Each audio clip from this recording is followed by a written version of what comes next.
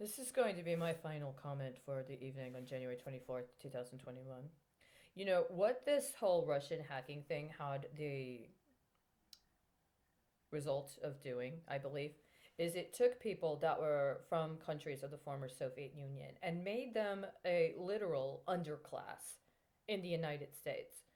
I lived in Chicago and I lived in San Francisco, both of which had very sizable populations of people who were emigres from the former Soviet Union. It was a different kind of character. They did different things. When I went to San Francisco, one of the first things I did when I got there is I lived in an abandoned church in a neighborhood that was a heavily Russian influenced neighborhood. Many of the people who had immigrated from the former Soviet Union lived in that neighborhood. It was called the Gray Pearl. And I lived there for a few weeks in an abandoned church. While I was there, among the many things that were left over, very few things that were left in the church from when the parishioners would use it as a church. I had a little teapot, it was like this big. On the bottom, it said it was made in the USSR. That was the kind of church it was. That was the kind of community it was. What this whole Russian hacking scam has had the effect of doing is taking people that used to speak Russian and Ukrainian, or Latvian, Lithuanian, maybe Yiddish, and made them an underclass. We're not even allowed to talk about them. We're not allowed to talk about people we used to know who were Russian or Ukrainian or Belarusian. We're not allowed to talk about those experiences. We're not allowed to talk about the neighborhoods. We're not allowed to talk about what they went through. We're not allowed to share our stories of when you've got a bunch of seniors that are playing like they're shopping at the boutique. How weird and strange and surreal it is to think that there are also seniors in this country that actually grew up and lived in areas where there were bread lines, where they would have to wait for hours just to get a loaf of bread. So, post Soviet chic in the trafficking scam that is the HHS and their services for people who are homeless or poor is really different when you knew people or you had memories or you had a connection with people that had a completely different understanding of that paradigm. It's not how you spend your retirement. It's not entertaining. It's not a war game. It's not sexy. Now, what we are dealing with is the fact that during the Obama administration, certain immigrant groups were racially preferenced. This is something that was actually addressed, though tangentially, in 2016. 2015 through 2016, when people like Mark Zuckerberg were talking about how they were going to be involved in political organizing around immigration reform from the other side. Who get the special work visas? Who's considered to have special skills that are allowed to get a work visa as opposed to having to prove they're a refugee or deal with asylum claims because they were somehow able to prove that they were persecuted in their country of origin, usually because of extreme violence that's also paid for by the other committee assignment of the local congressman you're trying to appeal to for your immigration assistance, right?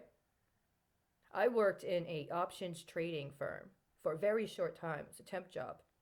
I only had it for about a month. There were two things I noticed about it. First of all, they wanted their receptionist to be beautiful. If she was fat, they made some reason up about how she wasn't fit to work the job. That actually happened. The second thing was that at the time, it was understood that people that were working in technical jobs who were from the former Soviet Union may be eligible for some of those special work visas. There is a disproportionate representation of people from other countries that were allowed to get jobs in the United States because they had some conceptualization that was able to be promoted about them having special skills. People who had engineering backgrounds or came from countries where engineering was highly acclaimed. I saw this. So when you got people like Mark Zuckerberg and other people that are IT founders talking about immigration reform, I understand what they're saying. And that happened during the 2016 campaign. And what happened after that? Let me ask you, how many of those people that got special work visas from countries of the former Soviet Union to work in this country are still able to work those jobs?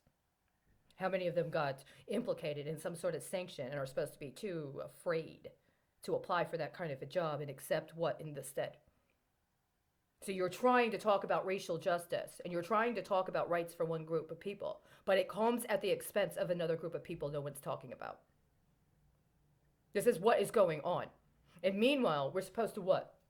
Exotify the tokenistic expressions in other countries, including the countries from whence they came, that look more like how we would choreograph acceptable political dissent. It's the same hedge funds. It's the same political opportunists and party operators that have been doing the same thing for the last 40 years. They just flip the demographic experience indicator. And meanwhile, you're not actually doing anything to address the actual structural causes of white supremacy. You're just diversifying its asset base. That's all you're doing. Nobody is discussing, nobody is actually getting at the structural causes of white supremacy, at getting at how white supremacy is a hand-holding conspirator with capitalism. Nobody's doing that. And we're supposed to be standing 6 feet apart. Right? So this is just my way of saying here that I am not going to go back to being Charity Church Mouse, speaking Espanol. That's what you just tried to set up with everything I did today. Oh, no. You did that in 2008, and what happened? All of those people were genocided. My entire fucking community from 2008 that spoke Spanish is gone. You've replaced them with other people. Even when I went back to Chicago, you replaced them. There were a couple of individuals that were still alive. Where were the rest of them? They were deported. They were criminalized. The people that actually were trying to work with immigrants in order to get them political rights, where are they? Machine did the same thing to them you intend to do to these people now. You want people to accept that they're intelligence. You want people to accede to, well, I'm a spy, and I'm intelligence, and maybe I'm counterintelligence. So at some point, what? What's going to happen? What's going to happen to Russian charity? I'm the Russian hacker, admit it. I'm not even Russian. But I'm the Russian hacker. You want me to accept I'm intelligence. You want to keep me off the grid. The reason I'm the Russian hacker is because I told Congress that they needed to do their job and they needed to investigate crimes that were being committed by the Secretary of State. That's why you made me the Russian hacker. Now we've got a situation where in the last year, under the guise of a global biological warfare campaign, there's been massive illegal expropriation of people's property that has been reapportioned and redoled out to other people. This is not a time for confidentiality. This is not a time for gag orders and non-disclosure agreements. And this is not a time to be propping up fake heroes. There are real heroes. Some of them we may be allowed to know about in a completely contrived media environment. But this is also not a time to be pretending that we're not dealing with what we're actually dealing with. There is a movement right now to racially condition people and ethnically cleanse entire communities of people. It is a race-based front.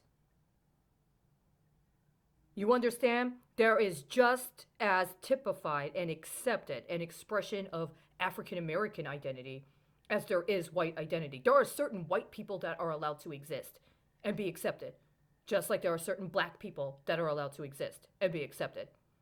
I spent 3 years on the streets watching not only how I was attempted for extortion into acceding to racial programming, but so were the black men I met.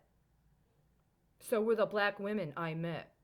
And you know what happens when you're on the street and they're trying to racially program you? You might get a job being one of the racial programmers. That's why you're not on my team.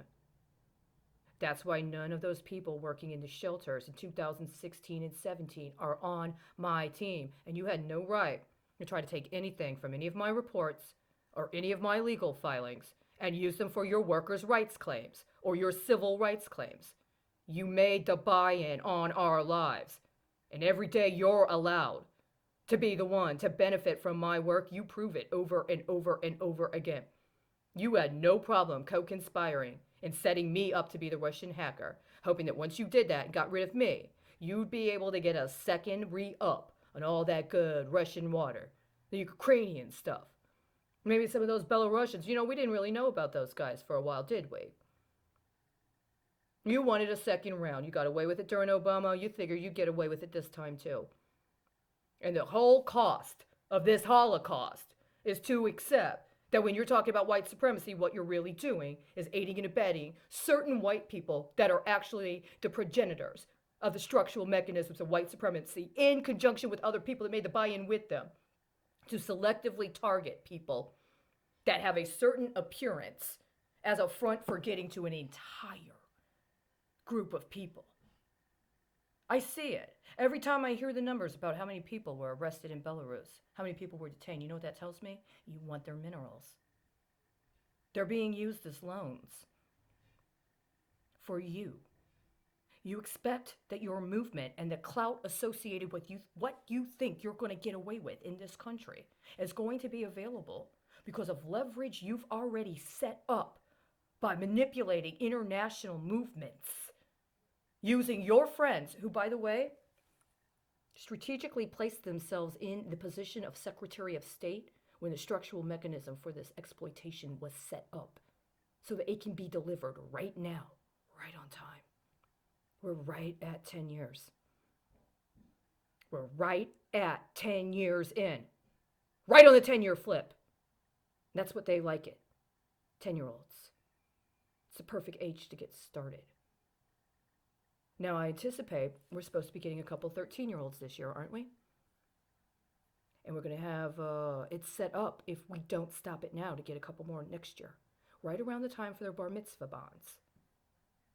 And if we hold out long enough and we go Espanol, you got plenty of quinceañeras coming up real soon, don't we? That's why you want it in Spanish. Keep your mouth shut, bitch. That's the undercurrent. It's even in the goddamn way they lay out the magazines, man. You're not fooling anyone. I'm sorry. I submitted a Spanish affidavit in the summer of 2017.